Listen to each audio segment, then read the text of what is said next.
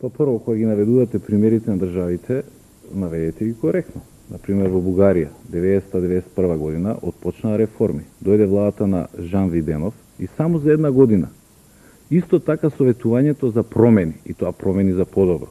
Дека ќе ги покачат платите, ќе ги покачат пензиите, ќе ги намалат даноците, дека ќе обезбедат странски инвестиции. Само за една година ја доведоа Бугарија до таква хиперинфлација и до таква сиромаштија што мора да тропаат повратите на соседните држави и да бараат помош за пшеница за да го прехранат своето население. Има се разбира и други примери, меѓутоа тоа да го ставиме на страна. Што се однесува до вашата конкретна забелешка или прашање, сакам да ви кажам една работа, дека предпријатијата кои што вие ги посочувате, прво, не ги добиле тие пари како што вие велите од банкарскиот систем, не им се поделени. Тоа се пари кои што тие врз основа на кредити кои што ги зеле, а не ги вратиле, со сите камати во изминативе години на кои што се калемеле или таложеле, станале такви какви што денес постојат. Значи не се работи за пари кои што некој ги имал, па некому ги дал. Следна работа.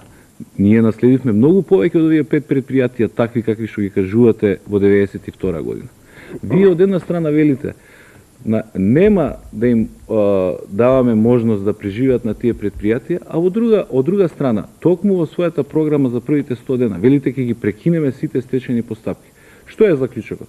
Дека овие предпријатија што ги посочувате, ќе ги затвориме ли, ќе ги ликвидираме ли, ќе ги спуштиме ли луѓето на улица? На завод за вработување. Господин Георгиевски, прво мислам дека господин Црвенковски избра многу лош пример Бугарија за споредба, затоа што Жан Виденов, кој го спомнавте, е синоним на СДС овде во Република Македонија, додека таму беше во тоа време друга опозиција која сега дојде на власт и веднаш се забележа промената на подобро.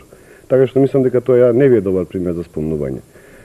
Вториот момент што го спомнавте, за стечајната политика. Напротив, борбата на новата влада е битка за секоја фирма, за секоја пропадната или фирма која живее во Македонија, со создавање на нормални услови за живење и екзистирање, а не создавање на услови во кои 20 фирми во државата ќе бидат повластени, а другите сите ќе бидат уништени.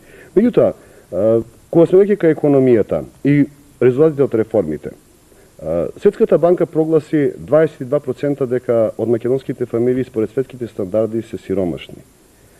Дали вие сметате дека имате барем малку одговорност во промовирањето на тие 22% сиромаштија во Република Македонија или за тоа ни крива некоја друга влада, да речеме, од соседите? Веднаш ќе ви одговорам. Кога се бара и се има амбиција се лоцира одговорноста на Социјалдемократскиот сојуз и неговата влада, треба да се проценуваат работите какви биле тогаш кога Социјалдемократскиот сојуз ја презел одговорноста и каква е ситуацијата денес. Например, вие велите 250.000 невработени во Македонија се на душа или на терет или на товар или на сметка на владењето на Социјалдемократскиот сојуз. Дали вие знаете колку имаше невработени есента 92 година? 190.000, а денеска ги има 250. Значи, со сите ембарга, со сите санкции, со сите реформи, со сите приватизации, со сите стечаи, таа бројка е зголемена за 60.000. Ако Социјалдемократскиот сојуз треба да понесе вина за тие 60.000, која влада беше пред нашата, за да ја понесе одговорноста за 190.000 невработени во Македонија? Ако денеска говориме за население од 22% под линијата на сиромаштво во Македонија, што иначе точна бројка, тоа е бројката од страна на Светската банка, што значи 78% се над таа линија, се поставува прашањето колкава беше таа бројка 92 есента и кој ќе понесе одговорност за тоа? Која беше претходната влада што треба да понесе одговорност за тоа? Господин Георгиевски? Господин Црвенковски, која беше бројката, кажете вие. Проблем на вашата влада е што нема ниту една цифра, ниту една статистичка бројка која е точна и не знаеме на која цифра да ја веруваме. Меѓутоа, кога спомнуваме покрај сиромаштијата и невработеноста, еден факт е денеска. Во Македонија не се 250.000 невработени, туку цифрата на вработени и невработени е 317.000 вработени, 315.000 невработени. Тоа е реалната цифра. Тоа е скоро 49% стапка на невработеност. Така што, дали сметате дека и таа 49% стапка на невработеност е дел од објективните работи кои ни се случувале на Балканот, во Европа, во светот, или барем малку ви имате одговорност како влада со својата политика на, како што рековме, максимална корупција во државата, максимално немање на пазарна економија, монопол на секој производ во Република Македонија, негрижа за создавање на услови за развој на македонската економија, форсирање на повластени фирми кои се блиску до СДС. Јас сметам дека проблемот на македонската уништена економија многу повеќе во оваа место, отколку да речеме да бараме услови вамо или таму. Така што од тие бројки за жал не можете да избегате проблемот на трговскиот дефицит, 500 милиони долари, четврта година поред веќе имаме. Тоа се цифри кои се повеќе од страшни. Сега ви може да речете дека не се точни, меѓутоа јас зборувам тоа што излегува во средствата за јавно информирање. Ако ви имате двојна статистика, една за јавност, една за вас, тоа е веќе друг проблем. Првата работа е бидејќи се обидувате да ја лоцирате одговорноста. Јас сакам да ви кажам и вам и на сите наши граѓани во Република Македонија. Нема сомнение дека овие 6 години, додека не имавме наша влада, имаше и грешки. И тој кој што сака да каже дека може да постои во една држава влада која што нема направи ниту една грешка, се лаже себе си и го лаже целиот народ. Која би можело да се вратат работите надвор сигурно назад, јас сигурно многу од работите би ги направил поинаку. Меѓутоа, она што е битно, ние не направивме ниту една фундаментална грешка. Ние не ја загрозивме стабилноста, безбедноста и магистралните правци на оваа држава. Што се однесува до самите бројки. Ако веќе се повикуваме на она што се званични бројки, тогаш бројката на невработени во Македонија е 250.000. Вие не можете да кажете дека не верувате на Заводот за статистика, не верувате на бројките од Заводот за вработување, не верувате на бројките на Народна банка на Македонија, не верувате дури ни на податоците на Светската банка и ММФ, а вие барате вам да ви веруваме на честен збор. Господа, се извинувам. Заврши овој круг на одговори на прашањето кое е исцрпено. Одговор реплика. Следното прашање од економската проблематика. Економскиот развој речиси е невозможен без инвестиции. Господа Георгиевски, господине Црвенковски, какви се мерки предвидувате на планот на интензивирање на вложувањата, привлекувањето од странски капитал, отворање нови работни места? Овој пат збор има лидерот на СДСМ. Веднаш да го разрушавам господин Георгиевски и да кажам дека не е точно дека економската политика не нашла свое место во програмата на Социјалдемократскиот сојуз. Уште помалку дека не нашла место во кампањата, напротив, економијата е со највисок приоритет во нашите намери и програмски определби за наредните 4 години. И точно е, наша основна цел е да обезбедиме економски подем и развој на Република Македонија, а тоа без сомнение можеме го направиме само со нови инвестиции, со отварање на нови инвестициони циклуси. Тој процес е нешто што не треба допрва да се очекува. Тој процес веќе во Република Македонија отпочна. Оваа година имаме можност да видиме дека странскиот капитал почна да доаѓа во Република Македонија, дека после неколку години каде што требаше ги склопиме сите точки од мозаикот, што значи политичка стабилност, макроекономска стабилност, подигање на кредибилитетот на државата, откако тоа го сработивме, веќе оваа година странските инвеститори веруваат во Република Македонија и почнаа да ги вложуваат своите пари. Ние ја имаме таа серија на странски инвестиции, како што се инвестициите во Железара, во Стопанска банка, во Охис, во Алкалоид. Имаме цела една серија на инвестиции кои што не ја допираат ингеренцијата на владата, како што, например, доаѓањето на странскиот капитал во цементара, во пивара, во низа текстилни фабрики или други предпријатија од различни гранки. Паралелно со ова, веќе го отпочнавме и новиот инвестиционен циклус во градежништвото, во изградбата на патната инфраструктура во Македонија. Оваа година отпочнавме изградба на два големи автопатски правци, тоа е Скопје-Тетово, тоа е Градско-Демир Капија, финансиската конструкција е веќе заокружена, во тек е изградбата на еден од најголемите објекти во целиот регион од тој тип, тоа е хидроелектраната Козјак. Со други зборови, во овие 2 години, во градежништвото ќе влезат, ќе бидат инвестирани повеќе пари отколку во последните 10 години. Што уште мислиме да направиме на овој план? Освен задржувањето на вкупната стабилност во било кој смисол, значи политичка стабилност, меѓуетничка стабилност, стабилност на нашите граници, макроекономска стабилност, капиталот не сака несигурни подрачи, тој бега. Ние, како влада, веќе донесовме програма за промоција на странски инвестиции, каде што предвидовме дополнителни мерки надвор од системските, кои што треба да го мотивираат странскиот капитал да биде што е можно поприсутен во Република Македонија. При тоа, Не сакаме да бидеме до крај отворени и, например, да си го дозволиме ризикот или опасноста од влегување на валкана технологија, загадување и така натаму, нешто што, например, на долг рок би оставило големи последици на Република Македонија. Посебни стимулации за оние инвестиции каде што се отвараат повеќе работни места, таа програма е обелоденета, позната е пред македонската јавност, и тоа што, да речеме, опозиционата коалиција го навестува во своите, или дел од тоа, што го навестува во своите програмски определи за нешто што ќе го прави допрва, ние веќе го направивме и го обзнанивме во Република Македонија и пред меѓународната јавност. Поштувани гледачи и слушатели, господин Георгиевски, идентично прашање. Какви мерки предвидувате на планот на интензивирање на вложувањата, привлекувањето странски капитал, отворање нови работни места? Господинот Црвенковски спомна дека и тие имале економска програма, може би имаат пишувана економска програма, јас само коментирав дека во текот на предизборната кампања на ниедно место во ниеден град не чувме дека зборуваат за економијата. Беа оптоварени со некои други теми, докажување кој е поголем патриот. Меѓутоа, програмата на ВМРО-ДПМН и коалиционен партнер ДА во текот на целата кампања беше сконцентрирана само на економијата и доаѓаме тука до едно крупно прашање, странските инвестиции. Колку досегашната влада беше отворена кон странските инвестиции, зборуваат неколку податоци, нели? За 1997 година, според разни извори, Евромани вели има само 6 милиони долари странски инвестиции, Народна банка вели 30 милиони има инвестиција, еве да го прифатим и Народна банка, пак е скромна бројка. За овие први 6 месеци од ова година Народна банка вели 22 милиони долари има странски инвестиции. Не сакам да дискутирам дека вложувањето во македонските телекомуникации е кредит, а не директна странска инвестиција.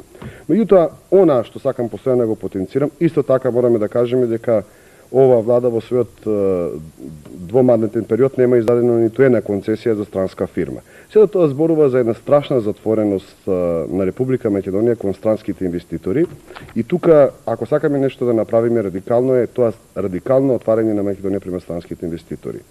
Јас само ќе спомнам дека ние постојано зборувавме за формирање на 3 слободни индустријски зони, во кои слободни индустријски зони фирмата која ќе вложи и ќе отвори работни места, ќе се оцени дали бројката ќе биде 100 или 200 работници, ќе биде ослободена во наредните 12 до 15 години од комплетниот данок на профит, затоа што единствената цел на таа политика ќе биде масовното вработување на граѓаните на Република Македонија.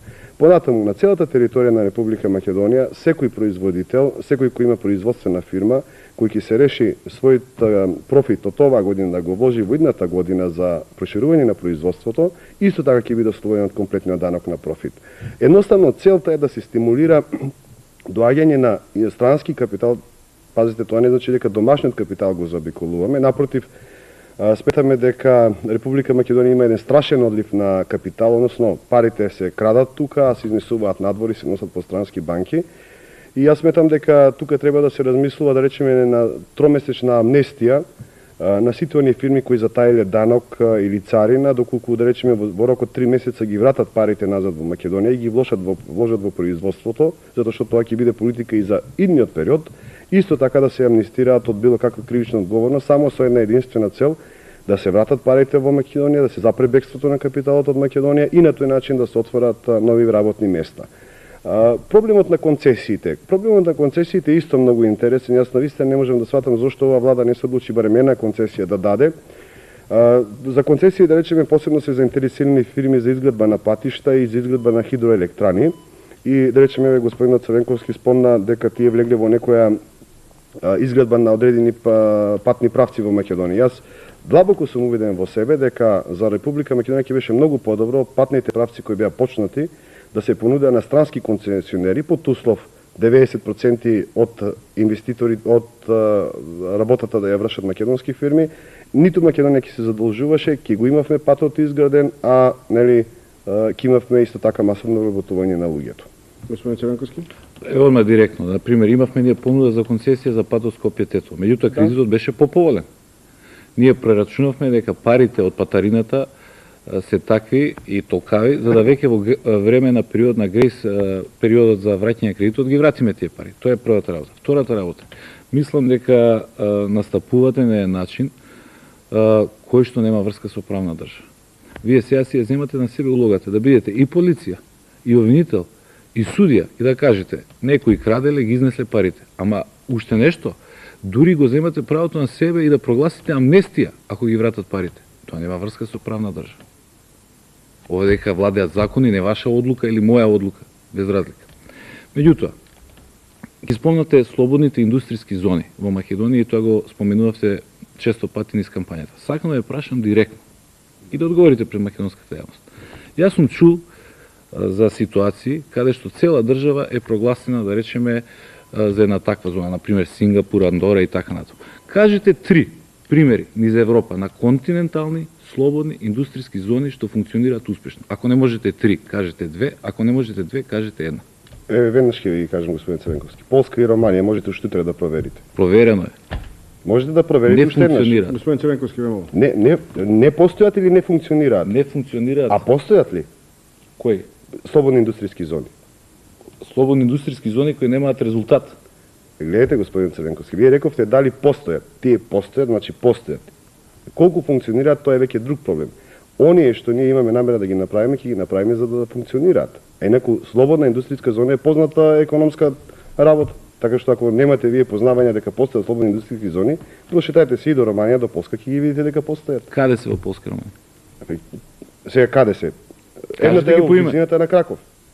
Постојат слободни индустријски зони. Тоа можете да го проверите, утре можете да го проверите. Имате полски амбасадор, имате романски амбасадор, ќе ви кажат. Што... И постојат сегде во светот слободни индустријски зони. Во Америка постојат слободни индустријски зони. Ако вие немате сознание за слободни индустријски зони, навистина вие имате сериозен проблем со економијата. Функционира тоа. Господин Црвенковски? Она што постои се слободни царински зони на големи пристаништа. Ја ве прашав дали знаете пример на континентална слободна индустријска зона во Европа. Не ми ги насочувајте примерите кои што не се соодветни за Македонија. Македонија не е држава со излез на море. Да го ставиме тоа на страна. Го апсолвиравме. Второто прашање. Да зборувате само за ВМРО ДПМН, немаше ви го поставам. Меѓутоа, бидејќи вие цело време зборувате за коалицијата со ДЕА. Да. Сакам да ве прашам, кој е вашиот став околу милиардата долари договорена, односно со склучени договори со земји учеснички, а што е делом на тајна да се обелодени? Така, господин Црвенковски, јас уште еднаш ќе ви повторам дека слободните индустријски зони постојат и работат, функционираат во многу држави. Проблемот на информирањето е друг проблем и треба да се информирате. Тоа е првата работа. Втората работа, за милиардата долари, јас на почетокот реков дека жал ми е што нашиот коалиционен партнер, македонската телевизија, не најде за склонно да го покани. Така што ако го поканевте овде, ќе имавте прекрасна можност тоа прашање да му го поставите. Инаку, она што сакам јас да ви кажам и можете да забележите од нашата кампања, не беше толку оптовареноста колку пари ќе донесе господин Топурковски во Македонија, колку што бев оптоварен 4 до 5 милиарди што вашата влада ги изнесе од Македонија и што не им се знае крајот во Македонија. Така што јас малку повеќе за тоа зборував во предизборната кампања, отколку кој неколку пари ќе донесе. Мојата главна цел беше колку пари се изнесени од Република Македонија.